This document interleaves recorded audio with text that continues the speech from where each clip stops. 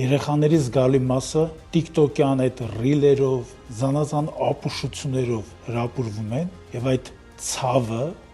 եւ այդ տոքսիկ ցավը սողոսկել է երիտասարդ հոգիների մեջ։ Չեն կարող թվայնացման դիմաց առնել,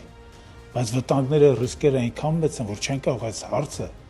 թողնել ինքնահոսի։ Ամենակարևորը պետք է հիշենք, որ այդ ռիլերը, այդ TikTok-յան այդ ամբողջ աղբը նախ երեխաներին հնարավորություն չի տալիս երկարատև ուշադրություն կենտրոնացնել։ Դրանից բացի,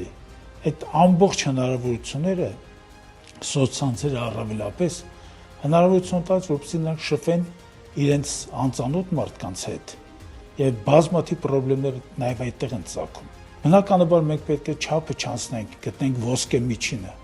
Եվ ոսկե միջինը որը պետք է լինի։ Ամենակարևորը դա պետք է լինի սոցիալական ցանցերը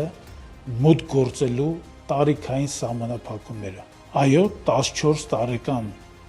եւ դրանից ներքև երեխաները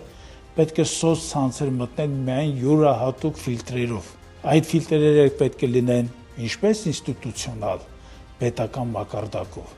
այնպես նրանք պետք է իրենց մեջ պարունակեն նաև ընտանիքի վերահսկողության ֆիլտրեր եւ ամենակարևորը